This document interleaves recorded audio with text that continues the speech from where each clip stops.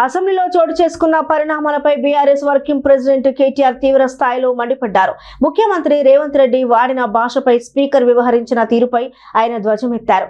Assembly సాక్షిగా ముఖ్యమంత్రి రేవంత్ రెడ్డి బడివే వంటివి అనుచిత అసభ్య పదజాలని వాడటాన్ని కేటీఆర్ తీవ్రంగా ఖండించారు. చట్టసభ గౌరవాన్ని తగ్గించేలా ముఖ్యమంత్రి ప్రవర్తించడం బాధాకరమని ఆయన పేర్కొన్నారు.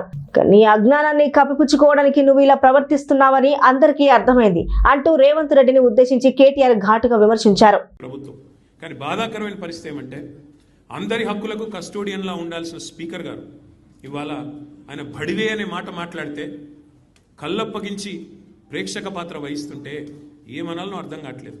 ఇది పార్లమెంటరీ భాషనా, ఇది ప్రజాస్వామిక భాషనా? మాకు అనరాదా ఈ మాటలు? రేవంత్ రెడ్డి గారికి నేను చెప్తా ఉన్నా, నీకు ఒక భాషలో వచ్చేమో తిట్లు, మాకు 3-4 భాషల్లో వచ్చు. తిట్టాలనుకుంటే మీ తాత జేజమ్మలు దిమ్మె తిరిగేలాగా తిట్టే శక్తి మాకుంది. కానీ ఇంత నికృష్టంగా, ఇంత అల్పంగా, ఇంత దారుణంగా మీరు ఏదైతే వ్యవహారం చేస్తున్నారో ఇది ఎందుకు చేస్తున్నారో మాకు తెలుసు.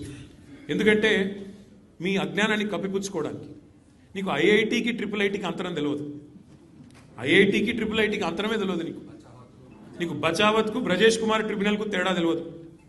నీకు అసలు కృష్ణా బేసిన్ ఏందో గోదావరి బేసిన్ ఏందో తెలియదు. నీకు అసలు తెలంగాణకి ఏం కావాలో తెలియదు.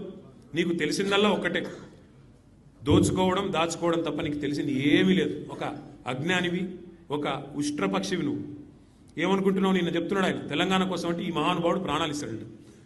నువ్వు తీసిన ప్రాణాలు చాలు, నువ్వు తీసిన ప్రాణాలు చాలు. ఇప్పటికే 836 మంది రైతులను పొట్టన పెట్టుకున్నాడు రేవంత్ రెడ్డి వచ్చిన తర్వాత. 100 మంది పైచిలకు ఆటో డ్రైవర్లను పొట్ట పెట్టుకున్నాడు. 100 మంది పైచిలకు గురుకులాల్లో పిల్లలను పొట్టన పెట్టుకున్నాడు. 48 మంది నేతన్నలను ఉసురు పోసుకున్నావు. ఇప్పటికే నువ్వు తీసిన ప్రాణాలు చాలు.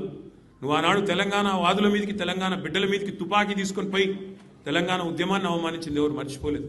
ఇవాళ ఏదో పేమెంట్ కోటాలో అదృష్టం బాగుండి అడ్డిమారి గుడ్డి దెబ్బలో ముఖ్యమంత్రి అయినావు రేవంత్ రెడ్డి.